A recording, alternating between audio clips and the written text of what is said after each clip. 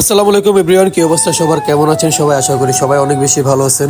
Right now guys, আমরা এখন বর্তমানে কক্সবাজার চলে আসলাম। ইয়েস গাইস, রাতের বেলা আমরা তাড়াহুড়া করে বাসে উঠে পড়ি, আর একটু পর পর আমি সময় দেখতেছি, বিকজ আমার একটু ভালো লাগতেছে না বাসে বসে বসে থাকতে, কারণ আমরা বাসে উঠি ঠিক 12টা বাজে, আর আমি যখন সময় দেখি তখন বাজে প্রায় 9টা। আমরা এখনো পৌঁছাতে পারি নাই, যার কারণে আমার অনেক বেশি বোরিং লাগতেছিল। আর আমার ফ্রেন্ড এখানে বসে, তার কাছে অনেক বেশি খারাপ লাগতেছে। সেও বলতেছে কখন আমরা গিয়ে পৌঁছাবো, সেও একটু পরপর সময় দেখতেছে আর বলতেছে আমার কাছে একটু ভালো লাগতেছে না। বিকজ গাইস, রাত 12টা বাজে রওনা দেওয়ার কারণে আমরা কোনো বাস টিকিট পাই নাই, যার কারণে আমরা একটা বাস পেয়েছি যেটাতে আমাদের পিছে বসে যেতে হচ্ছে। আমি প্লাস আমার বন্ধু রাব্বি অ্যান্ড মাহিদুল, আমরা তিনজন পিছে বসে যাচ্ছি। আর আমার যে আরো দুই ফ্রেন্ড আছে, রেজন আর রায়হান, তারা কিন্তু সামনে বসে তারা যাচ্ছে, তাদের সিট পেয়ে গেছে তারা, কারণ বিকজ তারা অনলাইনে আগেই কেটে ফেলেছিল। তো গাইস, রাতের বেলা হঠাৎ করে দেখি হাইওয়েতে অনেক বেশি জ্যাম, বিকজ সামনে এসে দেখি আমরা রিল্যাক্স পরিবহন একটি বাস উল্টে গেছে, গাছের সাথে লেগে নাকি এটা অ্যাক্সিডেন্ট হয়েছে, যার কারণে রাস্তায় পুরো জ্যাম লেগেছিল। আর গাইস, এখানে হয়তো অনেকেরই ক্ষয়ক্ষতি হয়েছে। যাই হোক, সবার জন্য দোয়া করবেন যাতে সুস্থ থাকে, এন্ড আমাদের জন্য দোয়া করবেন যাতে আমরা ঠিকভাবে আমাদের গন্তব্যে পৌঁছাতে পারি। এন্ড গাইস, কিছুক্ষণ পর আমাদের বাসের টায়ার রানিং এর মধ্যে পাঞ্চার হয়ে যায়।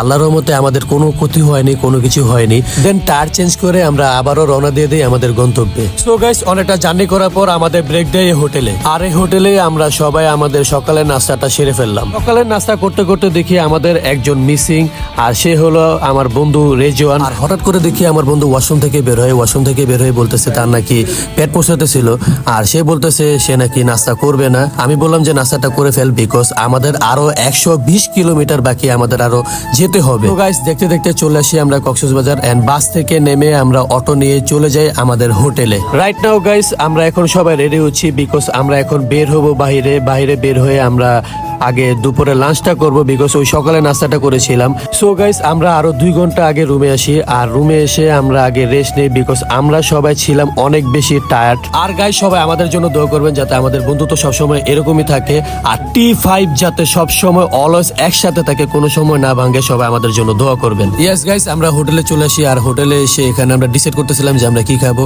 সো ডিসাইড করতে করতে আমরা এখান থেকে 5টা প্যাকেজ নিয়ে নেই। প্যাকেজটা অনেক বেশি ভালো ছিল, এখানে অনেক কিছু ছিল। আপনারা যদি কক্সবাজার আসেন তাহলে স্বাদের বাংলা রেস্তোরাঁতে খেতে পারেন, বিকজ এই হোটেলের খাবারটা আমরা খেয়ে অনেক বেশি ভালো লাগছে আমাদের। আপনারাও চাইলে এখানে ট্রাই করতে পারেন, এখানের খাবারটা আসলে অনেক বেশি মজার ছিল।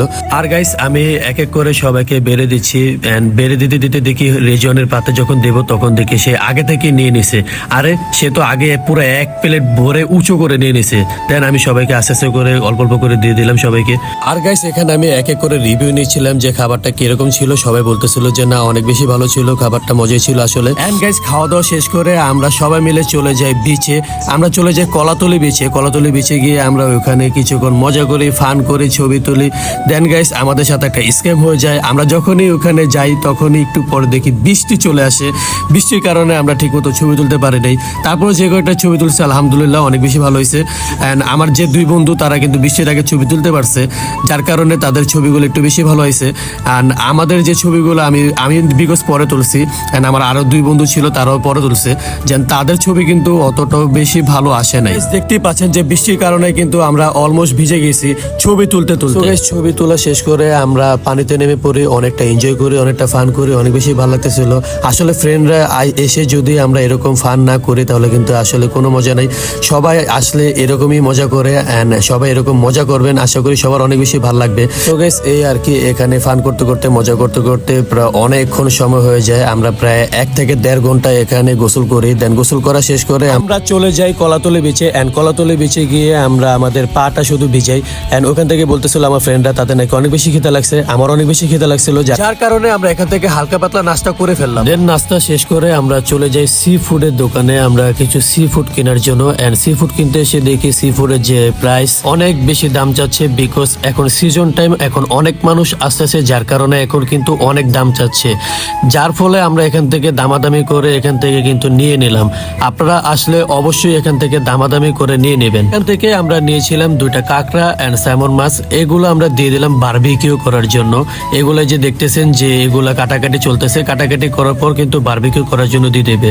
প্রায় এখানে আমাদের 1 ঘন্টা সময় পার হয়ে যায়। আমরা এখানে 1 ঘন্টা ধরে দাঁড়িয়েছিলাম আমাদের এগুলা বারবিকিউ করার জন্য। আর এই যে দেখতে পারতেছেন আমাদের মাছগুলা কিন্তু যে এখানে বারবিকিউ করা শুরু করে দিছে, অলমোস্ট কিন্তু হয়ে গেছে প্রায়, এখন আমাদেরকে দিয়ে দেবে এগুলা। দেন গাইস আমাদের বারবিকিউ গুলা কিন্তু রেডি অলমোস্ট, আমরা পার্সেল নিয়ে চলে আসলাম। আর খাবারগুলা কিন্তু আসলে অনেক বেশি মজা ছিল, অনেক বেশি সুস্বাদু ছিল। দেন খাবার শেষ করে আমরা এখানে একটু ফান করলাম, এনজয় করলাম, একটু নাচানাচি করলাম। এই পর্যন্তই ছিল গাইস আজকের ব্লগটি।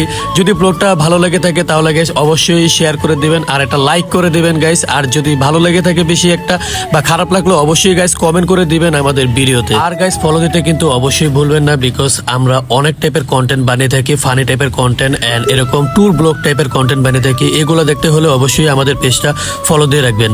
আর যারা ইউটিউব থেকে দেখতেছেন তারা অবশ্যই সাবস্ক্রাইব করে ফেলবেন। থ্যাংক ইউ গাইস, আল্লাহ হাফেজ।